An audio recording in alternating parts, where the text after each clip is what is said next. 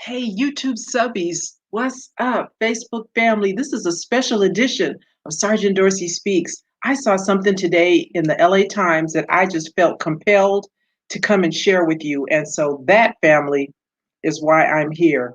I want to talk a little bit about defunding the police and the efforts that are going on here in Los Angeles, specifically with the Los Angeles Police Department. So I want to decipher some police code talk, some company speak for you guys to help you understand what it is you actually are getting when you holler defund the police. It's not what you think. And I knew this was an issue, when this first started, because I knew, what it meant to some people is not what it meant to the people that really matter. Police chiefs like LAPD Police Chief Michael Moore. And so I want to talk to you because I need you to understand that defunding the police is going to adversely affect poor communities, poor Black, poor Brown, and poor white communities. Why? Well, because those communities don't have the benefit of calling private security in their town whenever there's an issue. That's what defunding the police ultimately winds up having occur in certain communities. And so I just wanted to share that with those of you who are here. And so as you guys join me, welcome to Sergeant Dorsey Speaks. There may be some newcomers, first timers in the room. And so for those of you who don't know, let me give you my spiel. I'm a retired 20-year veteran sergeant of the Los Angeles Police Department, having spent all 20 years proudly in patrol, in uniform, driving a black and white in all four bureaus in the city of Los Angeles. So I'm going to date myself a little bit because I think there's five bureaus now with this new community mumbo jumbo thing that they've created. When I worked, there were four: Central Bureau, South Bureau, West Bureau, and Valley Bureau. And I spent a little bit of time in each one of those bureaus working geographic divisions and specialized units, one of which was CRASH. You guys know that term, Community Resources Against Street Hoodlums. That's what CRASH stands for. I spent a little bit of time working there as well. Operations South Bureau, real CRASH, where the big boys and the big girls hang out, not those little divisional CRASH units that most of you have come to know, like Rampart. At some point, CRASH was decentralized and it was no longer a bureau. South Bureau CRASH is where I worked. And every little geographical division had their own little mini CRASH unit. And so that's how Rampart CRASH became to be, and is very infamous now because of what was going on over there. So having spent that time working all over the city, the good areas, the not so good areas, and the really underserved areas, I know a thing or two about a thing or two.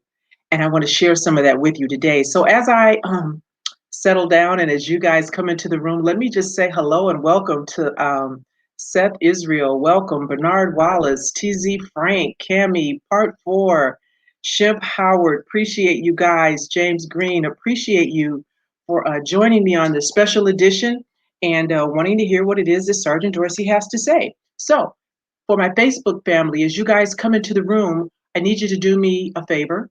I need you to make public that you're watching me, share it, or create a watch party so that other folks can see what we're going to be talking about with regards to this defund the police. So let's get to it. I want to talk about what's going on the LAPD. And there was an LA Times article. So as with all things that I speak of, don't just take my word for it, family. Check it out for yourself. Go over and take a look, read the LA Times article, know for yourself exactly what LAPD Police Chief Michael Moore is talking about doing. Well, not talking about, it's actually what he's going to do. Because remember, protesters and, folks who uh, profess to be co-founders of certain groups in Los Angeles that, thought they had a seat at the proverbial table. I don't know if they were ever really sat down and had a serious conversation with, because I know that, These folks do like to show up at people's houses at 5 o'clock in the morning and create a ruckus, right? So I'm not sure that anybody really, took them seriously. Thanks, TW. I appreciate that. Those of you who are here, absolutely hit that like button, subscribe, and make sure your friends know about my YouTube channel, Sergeant Dorsey Speaks. But anyway, back to these organizations that were requesting the police defund. Let me tell you what one of the leaders had to say in this LA Times article. This particular leader said that they welcome having fewer officers on the streets, especially if it means fewer interactions between police and people suffering from mental illness or homelessness. That's what they're celebrating, as they think the police are being defunded and actually downsized. So let me tell you what's going on as I try to talk about this code talk doublespeak. This is the problem that I have when, some people want to sit down and talk about police reform when you don't understand the lingo. It makes no sense, as I affirmed before, sitting down to negotiate with somebody who speaks another language. And they're just yakking it up, and you're listening, and they're nodding and smiling at you, and you're agreeing because you think that, they want what you want, not so much if you don't speak the language. It would be helpful and important, I think, to have someone in the room who speaks the lingo, like me. I speak the lingo. And so LAPD is going to dramatically downsize specialized units. I'll tell you what that means. And they're going to focus on patrol as budget cuts shrink the department. Okay. LAPD is going to cut 350 sworn positions, reducing the rank of sworn officers from about 10,110 down to about 9,752. And this so-called defunding the police, reducing the budget, is also going to affect, it says, many more civilians who were going to, be lost. Now, I don't know what lost, LOST, means. I don't know if that means they're going to be offered an opportunity to retire if they're eligible, or if they're just going to slash positions and people are going to be finding themselves now without a job. First one in is, no, last one in is generally the first one out, right? So I don't know how these cuts for the civilians are going to occur, but nonetheless, civilians are also going to be affected by this whole defund the police. Yay. Boy, did you guys really do a good thing with that. Also, know this, the downsizing of specialized units. Let me tell you what specialized units means when police talk about that. They're talking about things like air support. They're talking about specialized units like robbery, homicide, very elite unit. Those detectives handle high profile murder investigations, much like the one involving O.J. Simpson and his wife, Nicole, and other, serial killers like the Grim Sleeper, all the heavy duty cases that are going to garner attention and need the expertise of those folks in robbery, homicide, the big boys and girls. Yeah, they're going to downsize the robbery homicide unit. And listen, I don't know if the criminals know about this downsizing of the specialized units, because I don't think criminals are downsizing in their numbers. They are continuing to engage in criminality. Murder rates, according to what this article says, homicides are up by 25% this year. So homicides are up 25%, but yet because of you groups who want to have money moved around and sources reallocated, who think that there are going to be less patrol officers on the street interacting with homeless people. This don't have nothing to do with homeless people. Robbery, homicide, they don't interact with homeless people.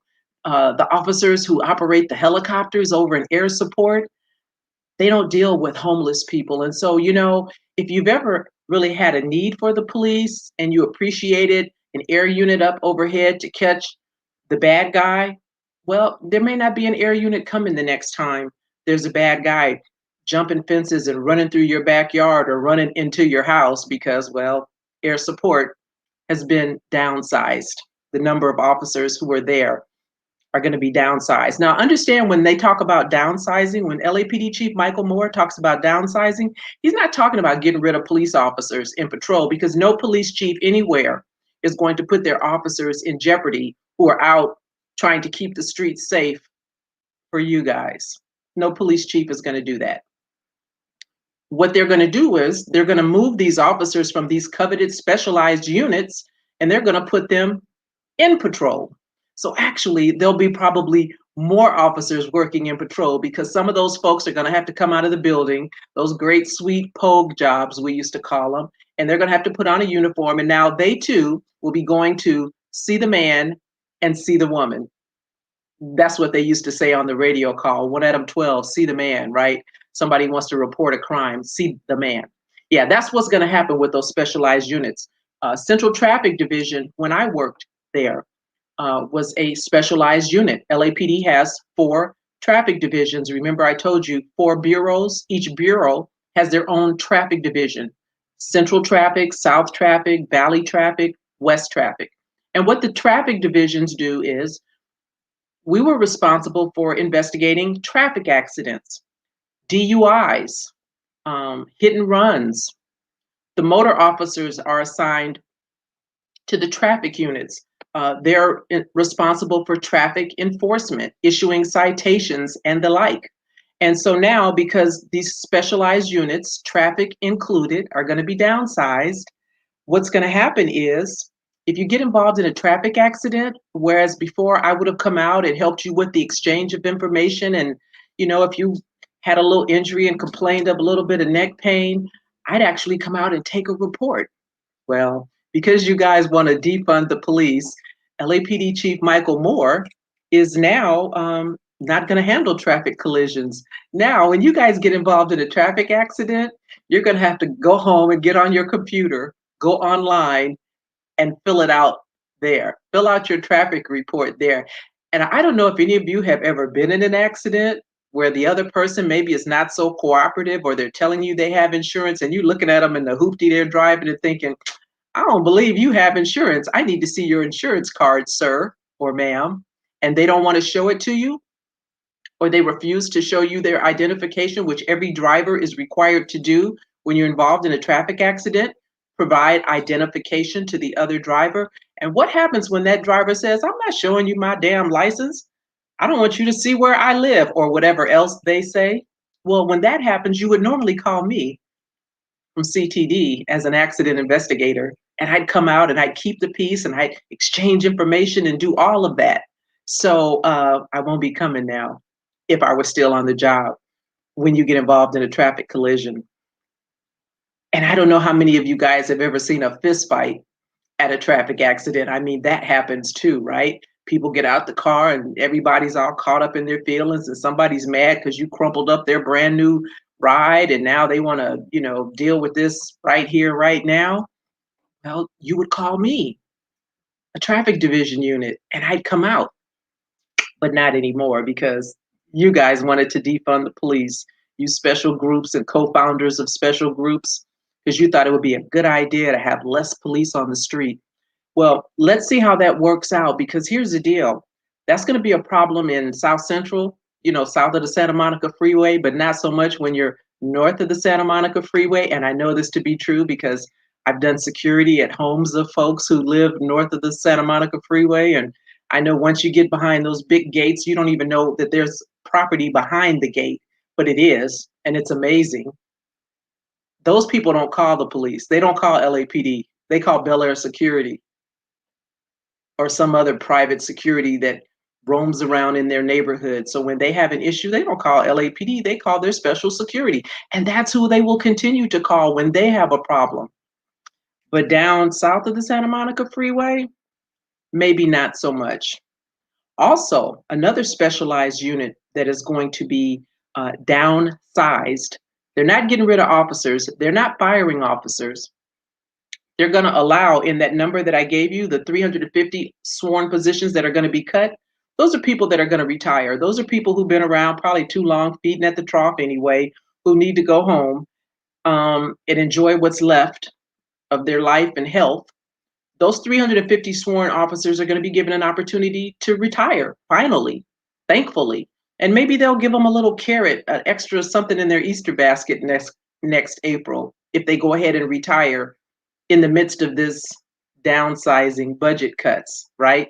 So it's not really a budget cut, you understand, because they're going to be paying pensions instead of salaries. But nonetheless, those 350 officers who are probably eligible to retire, and they've already figured out, I bet you all 350 of those downsized sworn officers are those that are eligible to retire, those north of 20, 25 years on the job who are ready to go. And I promise you, those folks are not in patrol. Anybody with a brain, by the time you get to 40, 45, for sure 50, you're ready to get out of patrol. You're done seeing the man and seeing the woman, and you're working somewhere inside. You've already really had a working retirement position that you've just been sitting there filling a seat, collecting a paycheck. And for those of you who are on drop, you're collecting two paychecks, right? Because you understand, I know you civilians out there don't know what I mean by drop, but there's a whole group of officers who do retire on paper, but then they can stay an additional 5 years on drop, deferred retirement option program, drop. We like acronyms. And while you're on drop for the last 5 years of your career, which a lot of officers take advantage of, you collect your salary and your pension. While you're on drop, if I got this right, your pension is being set aside into a savings account, just banked.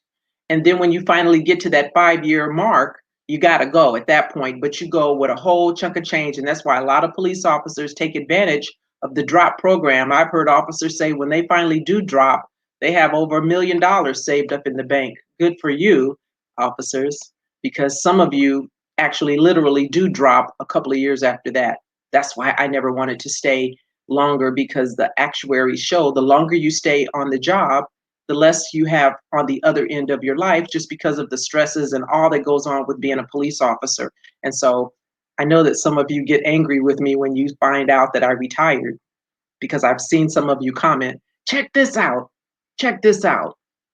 She retired with 20 years on the job. Let that sink in, as if retiring with 20 years on the job is some kind of a faux pas, something I should be ashamed of.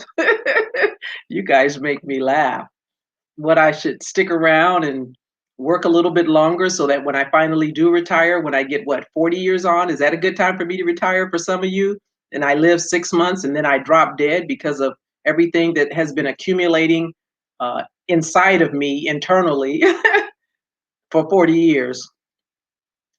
Anyway, I digressed.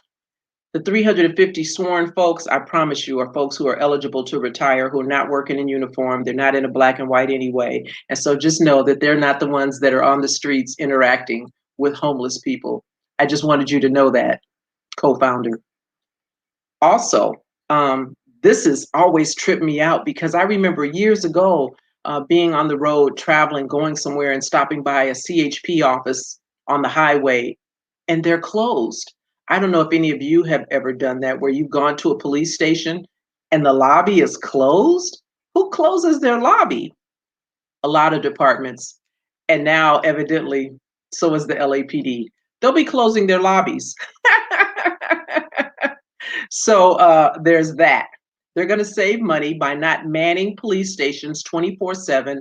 So the olden days when you used to at 2 o'clock in the morning because somebody was handing you your ass, or somebody was harassing you, or you just didn't feel safe and you wanted to seek the comfort and shelter and protection of a police station lobby, you won't be able to do that anymore.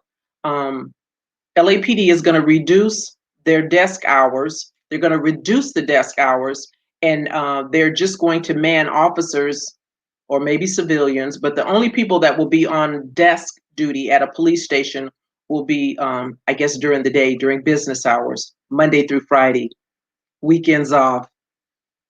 I want to be a desk officer again. That would be a good gig. Pays the same. I work Monday through Friday. I'm guaranteed weekends off. That's not a bad gig. That's not even punishment.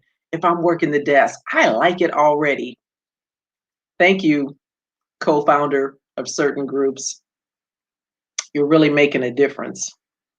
Um, there's also going to be a cut in special deployments. Deployments meaning officers in some popular areas like Venice Beach and Hollywood. They're not going to be staffing teams that cover homeless issues. And anybody who's ever visited Venice Beach, who's ever worked Venice Beach, and I did, it was called Pacific Division when I worked it, you know that there's a tremendous homeless population in Venice Beach. And we even had a little substation, literally, physically, on the beach, where if you had an issue while you were at the beach, in addition to the officers who work Venice Patrol, in addition to the officers who were assigned to the substation on Venice Beach, so that they were within close proximity if you ever had an issue while you're, you know, touristing on Venice Beach, officers were nearby. Not going to have that. They are no longer staffing police officers in those popular areas, Venice Beach and Hollywood Boulevard, and all of that that goes on over there. Have you ever seen a video where, you know, Superman and Wonder Woman got into a fight? You know, the characters over there around the Grauman's Chinese Theater. Sometimes those people who show up and dress up, you know, they want you to pay them to take pictures of them or take pictures with them. That's how they make their money. And every now and again, you know, they get a little feisty. I mean, there was even someone who was stabbed, and I think the person might have died by a character. I don't know if it was the Hulk or if it was Underdog. I don't know who it was that did that, but there's a reason why the officers who work Hollywood Division have a special unit, specialized units that they deploy in those areas where tourists hang out, because we want to encourage tourists to come to Los Angeles, specifically to the Hollywood area, and we want them to be safe. But you guys want to defund the police. And so, yeah, none of that is going to be happening going forward. So be careful what you ask for around the nation as you guys continue to have conversations about defunding the police in your communities. Know what that means when you start demanding, we want fewer officers on the street interacting with homeless people, because that's not the only folks that we interact with. Homeless people, mentally ill people. And listen, that might make sense in an area where you know there are homeless people and people with mental illness, like downtown Los Angeles on Skid Row, which I worked for a time when I was assigned to Central Patrol. But what about when I'm driving around in my black and white and I just conduct a traffic stop because someone ran the red light and I don't know that this person is bipolar and didn't take their medication, and now I'm going to be dealing with them? What do you do about that? We don't have the luxury of calling a clinician to come and intervene during this traffic stop because I have just learned that the person that is behind the wheel is having an episode. And the reason that they didn't stop is a result of that episode. So what do we do with that, folks? And then what do we do as you guys don't want the police to deal with, mentally ill folks? And listen, I'm not saying that there aren't police officers who have dealt with people with a mental crisis situation inappropriately. Certainly, we've seen examples of that. And that's why not only is training important, but background checks and psychological evaluations to make sure that officers are in a good headspace. Because I never know when I'm going to encounter someone with a mental illness issue. And I need to be able to deal with them appropriately. And you need to know, as a police department, that I know how to deal with them appropriately. And so, I promise you, because these things can go south very quickly. And the first time a clinician, Miss Johnson and Miss Smith pull up to a house with their little, notepad and clipboard, and they find out that, this guy just bit the testicles off the last clinician, I promise you they're not going to go in. They're not going to go in. If they think the person is dangerous and if they think the family can't deal with them, they're not going to go in because they don't get paid to get killed on the job. So they're going to ultimately call the police, and then you're going to be right back to that same situation where you need officers responding who are empathetic, who are able to look at this person and relate to them, have compassion for this person, are well trained. You're going to still need police officers who have those traits, right? And if you don't, we're going to continue to wind up in the same situation that we're in right now. So Again, it's very important to have someone at the table when you're asking for police reform who speaks the lingo, who actually did the job, who didn't just sit behind an administrative desk for, 10, 12, 15 years reading reports about what other police officers were doing and never really doing the shit themselves because they were shooting stars and spent very little time in patrol. Just like any other profession, a school administrator, a principal of a school is ineffective if they've never taught in a classroom because they have no idea what goes on. If you just show up tomorrow, you who used to work at, I don't know, Little Caesars, Sparklets, and they decide to make you an administrator at a school site, you're the principal, you're the person in charge now, and you have no idea what it is to be a school teacher, let alone what it is to be someone responsible for the day-to-day operations of a school. How are you going to succeed? And so when you have police administrators, I know folks want to hear from police chiefs and sheriffs and commissioners and all of that. Hear from them, but have somebody in the room like your girl who's actually been in patrol, who knows what it is to be a patrol officer, who understands the mindset of patrol officers, good or bad, who understands police culture and will speak honestly, truthfully, and candidly, because we can't make proper judgments and decisions if we're not being honest about the problem that we're facing. That's just what I think. So again, 350 sworn officers are going to, probably be encouraged to retire. And then there are another number, 234 officers who are going to be, what I said, moved back into patrol. That means more officers on the streets. They're going back to patrol. They're going to take officers out of Metropolitan Division. And those guys, the prima donnas who are in Metro, yeah, they're going to be back. They've always been in a black and white or dual purpose car, but they're going to be back. They're in uniform too, but they'll be back in patrol assigned to a geographical division. They're not leaving the department. They're not defunding. They're not getting rid of police. They're just moving them around. So when you guys were asking for that nonsense, when I said it back then, because I know what I know, I tried to tell you that defunding the police doesn't mean what you think it means. And now you know, at least on the Los Angeles Police Department. I said this before about traffic accidents, victims of misdemeanor hit and run crashes. If you're the victim of a hit and run, somebody just ran into your damn car and took off. Yeah, you're going to have to go home and get online and fill out a report. Police are not coming. And the guy could, or girl could just be right up the street. They might have hit your car and they may have disabled their vehicle to the extent that they could only drive so far up the road. And what are you going to do? Are you going to go up there and detain them now? Are you going to hold them until the police come? Because we're not coming.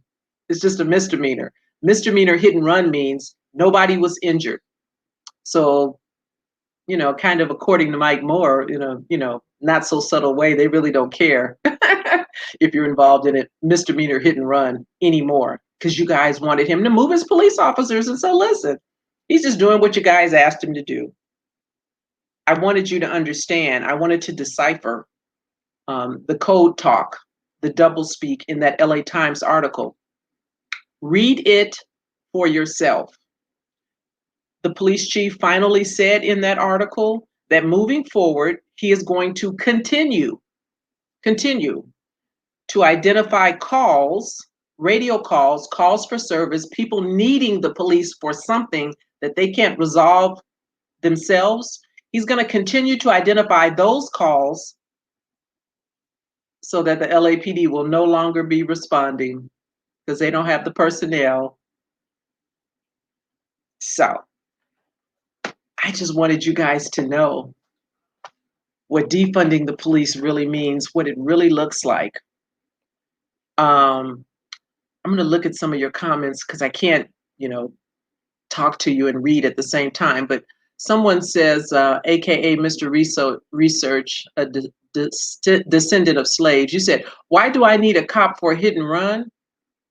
Well, the reason that you might need a cop for a hit and run is varied, and one of them is what I just said. A hit and run just means that the person didn't stop and identify themselves. That doesn't mean that they're not 2 blocks up the road, and that doesn't mean that there isn't maybe um, something that would require the presence, the immediate presence of police? What if your car is disabled, aka Mr. Research?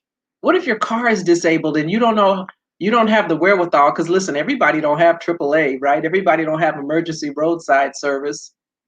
Sometimes what we do as police officers, as an accident investigation officer, is I call the official police tow, our OPG tow truck, and they will assist you in getting your car out of the middle of the intersection or off that busy street, that thoroughfare.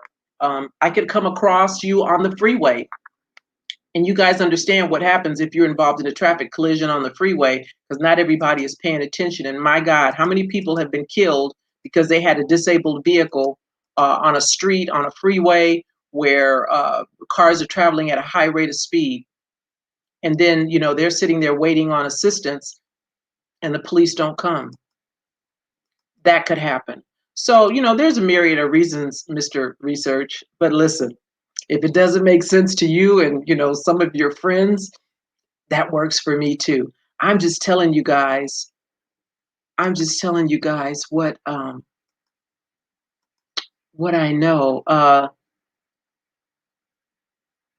Okay, so you said that you said no harm, the sheriffs will always show if the city cops are defunded. Okay, well, good luck with that too, because the sheriffs don't come in LA City territory. They don't. Just like we don't go in sheriff's territory. So if you're involved in a traffic accident in Los Angeles, if you think Compton sheriffs are coming or Lenox sheriffs are coming, I don't know how it works in your town. I'm talking specifically about LAPD. I promise you, the sheriffs are not going to come to another jurisdiction to investigate a traffic accident.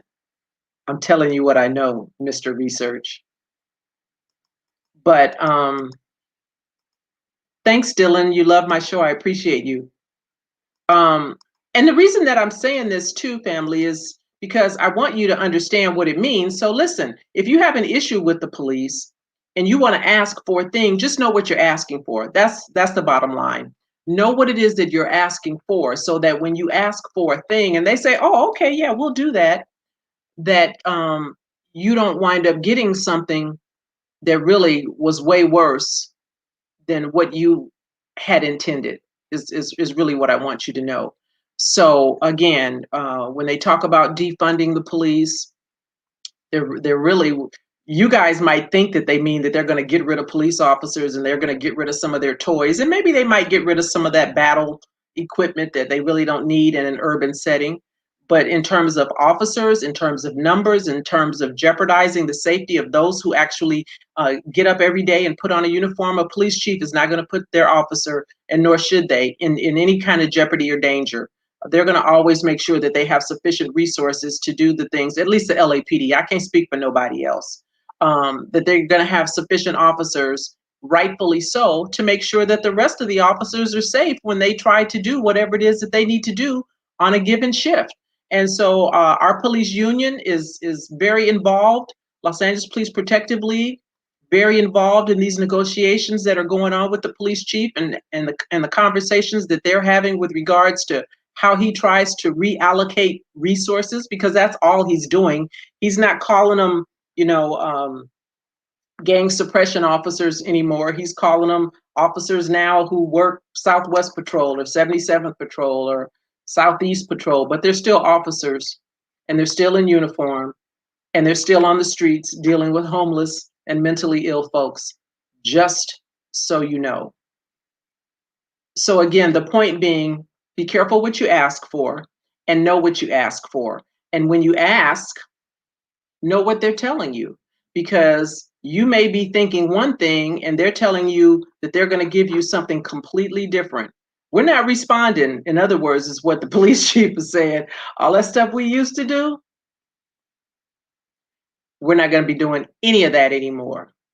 And I think, and listen, I don't know if the point is to make you guys suffer a little bit, after a little while of you needing the police at a traffic accident or some other minor incident that they just decided, because he's continuing, as he said in the article, to look for ways in which we don't have to go.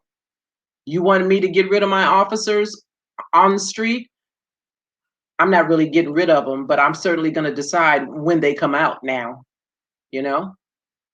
So just know what you're asking for. That's all. Just know what you're asking for, and and if and if you're happy with it, then that works for me. Part four. So this is a super chat. I haven't been able to get super chats for a little while, you guys, because my whole situation was in limbo until I could tell Google some information that they needed. So I have a super chat from part four, and it says, everybody show your love for Sergeant Dorsey and hit that like button. I appreciate you, part four. Hit the like button, hit the subscribe, make sure you are notified when I come on. And yeah, I appreciate it. Hey, Laura, good evening to you as well. Let's see, Live Your Life says, what is sad is that people are watching their communities decay while billions are dumped into departments. How do we get better cops? There got to be a better board that monitors police. Well, I think part of the way that we get better cops is you guys ask your people that you know who you think would be a good cop to get on the job. Join the police department, infiltrate, whatever term it is you want to use. Um, get on those police departments. Some of the change is going to come from the outside, and certain changes will come from you being there, being on the department, and having some say in whether or not an officer is extra aggressive with somebody who looks like you, or whether or not an officer draws their weapon and contemplates shooting into your home at 1 o'clock in the morning. If you're not there and partnered with the Aaron Dean outside of Tatiana Jefferson's home, you don't get to intervene. If you're not on the job and part of the group of officers who were called to deal with George Floyd, then you don't get to tell Derek Chauvin to get off his damn neck. If you're not one of the officers assigned to that special detail that went to Breonna Taylor's home on a no-knock warrant, and you understand because you were there for roll call and you heard them talk about how they obtained the warrant in the first place, and you know it was some BS, or better yet, you know how search warrants should be served, and you know that they didn't do some final looks, if you will, at the residence to confirm and verify that the person they're looking for is still there. If you're not part of that search team, then you don't get to intervene. If you aren't there during roll call to know that the suspect in the Breonna Taylor case, her former boyfriend, was arrested hours ago, then you can't even raise your hand and say, hey, Sarge, didn't they already get the guy? Isn't he in custody? Why are we going to this house? You can't even ask questions. Maybe you won't stop the action, but you could certainly ask the question, give them pause to think about what it is that they're doing. You got to be on the job. And for the community members, when you have an opportunity to sit down with a police chief, a sheriff, or commissioner, ask them about psychological evaluations that absolutely should be given intermittently to police officers to make sure that their head is in a good space. You guys are going to give your officers bias training. Okay, well, in that bias training, can you throw in a psychological evaluation? Since you're giving them bias training, since you're giving them training on racial bias, right? Recognizing what that is and what do you do once you know, because just training them on it. Okay, so I'm racially biased. Now what do I do? How about a psychological evaluation? Ask for that. Ask for that. Demand that of your police chiefs, sheriffs, and commissioners so that you wind up with officers who are good cops, if you will. So I hope that was helpful. And I will come to you when I see something that I think I need to speak on right away. And I just saw that article today on the LA Times, and I was talking to a colleague about, how laughable this faux police reform stuff is, and really, what it looks like if you want to really make a change, really make a difference. And I don't know what this new administration is going to do. I heard Uncle Joe say that Black folks saved him and he's going to, do right by us this time. Somebody tell Uncle Joe to holler at me. Him and Mamala, which is what she calls herself. When they get ready to set up that panel, when they get ready to set up their blue ribbon panel, much like Barack Obama did for 21st century policing. Yeah, tell them to holler at somebody who will give them the real. And then once they know the real, if they still decide to do stupid stuff that isn't really meaningful, at least they know. And hopefully, when you know better, you do better. So that's all I have to say in my special report about defund the police. Be careful what you ask for. But those of you who are just tuning in and don't know about my Sergeant Dorsey isms that are available on my website, CherylDorsey.com. That's Cheryl with a C. That's the right way to spell it. Go to CherylDorsey.com, click on the shop tab. I now have crew necks, hoodies, and t-shirts available with all of the things that I like to say when you guys wind me up. You know, your agreement's not required. The comment that was heard around the world, all skin folk and kinfolk, and now my new one, stand black and stand up. Y'all be ready, stay ready, because I don't know what's going to happen between now and January 20th. And I want you guys to not get got. I don't want you to get caught lunching. And if you stay ready, you don't have to get ready. So that's that, family. Until next time, unless something really earth-shattering happens, I'll see you on Thursday, 5 o'clock Pacific, 8 o'clock on the East Coast. 8 o'clock on the East Coast. Thank you so much for tuning in. Stand black, stand up.